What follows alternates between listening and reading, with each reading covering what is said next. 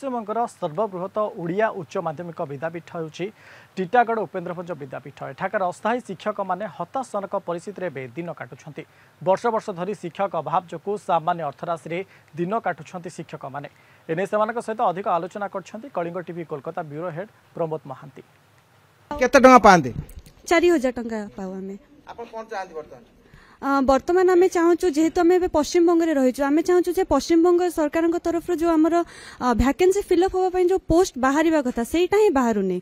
एठी आम स्कूल रे जॉइन करके प्राय 2 वर्ष ऊपर हो सारे तथापि कौन से प्रकार किसी पोस्ट बाहरुनी। आम चाहूँ सरकार से पोस्ट को आगे बाहर करंतु। टीचर जदि परमानेंट रहिबे ताहले तार प्रभाव गोटे समाज रे अलग हबो। जेहेतु टेम्पररी टीचर सब चाहिए निजर स्थायित्व रक्षा करने एवं से विभिन्न कॉम्पिटिटिव अन्य कॉम्पिटिटिव एग्जाम गुड़ाक देकी निजर कैरियर बाछि नियंती एवं तापई पिलामानक ऊपर तांकर जो माने तांकर जो संपर्क जने शिक्षक शिक्षयित्री टीचर के साथ जो छात्र छात्री मानकर संपर्क एटा माने रही पारुनी। मुझे स्कूल में विगत 13-14 वर्ष काम कले किंतु आज पर्यंत गोटे सरकारी शिक्षक ये नियुक्ति पाई ना।